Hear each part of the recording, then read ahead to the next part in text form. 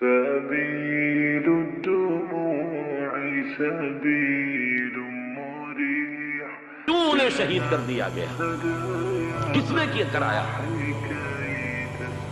کہاں سے تعلیم حاصل کر کے آیا تھا وہ جس نے شہید کیا شاہ فیصل شہید کو؟ اس کی گردن پر کون سوار تھی؟ وہ یہودی لڑکی کے جس کے فوٹو بھی شائع ہوئے، ایک گردن پر اٹھائے کھڑا ہوا شہزادہ اپنی ایک یہودی دوست کو. دوسری جنگ عظیم کے بعد ایک دور آیا، امریکہ ابھرا ہے دنیا کی عالمی سطح پر سیاست میں. اس کے ہاں کچھ آزادی کے تصورات تھے، اس نے بھی سپورٹ کیا. برطانیہ کمزور ہو چکا تھا، وہ اتنے بڑے علاقے کو ہولڈ نہیں کر سکتا تھا. ہندوستان بھی آزاد ہوا، پھر یہ کہ اور دوسرے علاقوں سے بھی اس کو پسپائی اختیار کرنی پڑی. استعمار کے پنجے جس طرح بھی ہوئے ان کے سینوں سے، عربوں کے سینوں سے جو ہے گویا کہ وہ ہٹے. لیکن امریکہ نے ایک اپنی بہت بڑی حکمت عملی جو اختیار کی، عالم عرب کے سینے میں اسرائیل کا خنجر پیوست کر دیا تاکہ یہ کبھی آزاد نہ ہو جائیں، ہمارے انگوٹھے تلے رہے، ہماری پالیسی گورن کرے.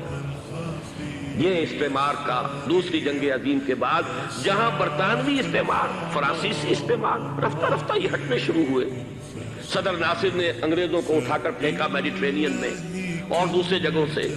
الجزائر نے آزادی حاصل کی فرانس سے، اطالویوں سے جو ہے لیبیا والوں نے آزادی حاصل کی. یہ ہو گیا، لیکن ایک خنجر پیوست کر دیا گیا اسرائیل کا سینہ عرب. اس صورتحال میں ظاہر بات ہے کہ ایک تو بڑی آئیڈیل پوزیشن تھی کہ پورا عالم اسلام متحد ہو، لیکن وہ تو بہت دور کا خواب معلوم ہوتا ہے. علامہ اقبال سے بڑا کوئی نقیب نہیں ہے ملت اسلامی کی وحدت کا. ایک ہو مسلم حرم کی پاسبانی کے لیے نیل کے ساحل سے لے کر تابقا کے کاشغر. لیکن انہیں بھی اپنے لیکچرز میں کہنا پڑا کہ اس وقت جو صورتحال ہے پورے عالم اسلام کی ایک وحدت بن جانا تو تقریباً ناممکن نظر آ رہا ہے. اگر کسی طرح ایک common wealth of Muslim nations وجود میں آ جائے تو بھی بڑی کامیابی ہو. لیکن اس سے بھی پہلے یہ تو زیادہ آسان تھا کہ عالم عرب ایک وحدت کی شکل اختیار کر لے. یہ تو ایک قوم ہے، اکثر و بیشتر ایک نسل یا زیادہ دو نسلیں کہتی ہیں. شمالی افریقہ میں بربر نسل بھی ہے، باقی تو سب عرب ہیں. یہ پورا عالم ایک نسل، ایک زبان، پورے اتنے رقبے کے اوپر بولے جانے والی ایک زبان، یہ تو ایک ہو جائے.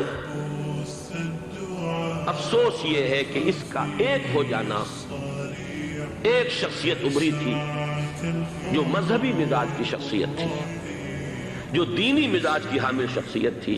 اگر اس کی قیادت میں عالم عرب متحد ہو جاتا تو واقعتاً ایک بہت بڑا جو ہے مرحلہ وہ طے ہو جاتا پوری عالمی ملت اسلامیہ کی ایک وحدت اختیار کرنے کا. وہ شخصیت تھی شاہ فیصل شہید کی. اور اس لفظ کے ساتھ ہی آپ کے ذہن میں آ گیا ہوگا کیوں انہیں شہید کر دیا گیا، کس نے کیا کرایا، کہاں سے تعلیم حاصل کر کے آیا تھا وہ جس نے شہید کیا شاہ فیصل شہید کو؟ اس کی گردن پر کون سوار تھی؟ وہ یہودی لڑکی کے جس کے فوٹو بھی شائع ہوئے، ایک گردن پر اٹھائے کھڑا ہوا شہزادہ اپنی ایک یہودی دوست کو، لڑکی کو. اور وہی ہے کہ جس نے جا کر پستول سے شہید کیا ہے.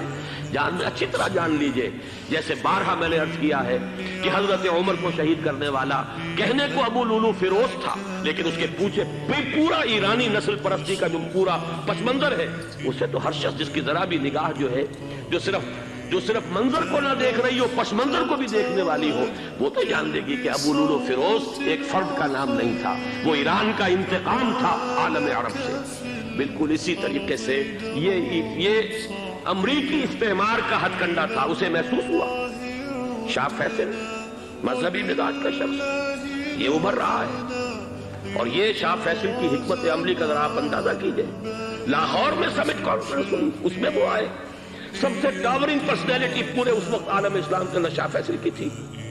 اور وہ گویا کہ ایک بہت ہی جس کو کہا جائے کہ ایک بہت ایلڈرلی، ایک بزرگانہ ایک شخصیت جو ہے، اور انہوں نے اپنے دولت کے دروازے، عرب میں وہ مشہور تھے کہ نہایت خسیس اور بخیل انسان، اس لیے کہ وہاں وہ خرچ کرتے تھے حساب کتاب کے ساتھ، لیکن ان کے خزانے کھلے ہوئے تھے عالم اسلام کے لیے. ادھر بھی مدد ہے، ادھر بھی مدد ہے، ادھر بھی کام ہو رہا ہے، ادھر بھی کام ہو رہا ہے.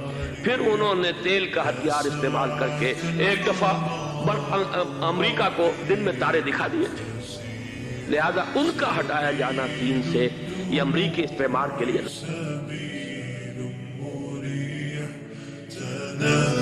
هدايا صاحي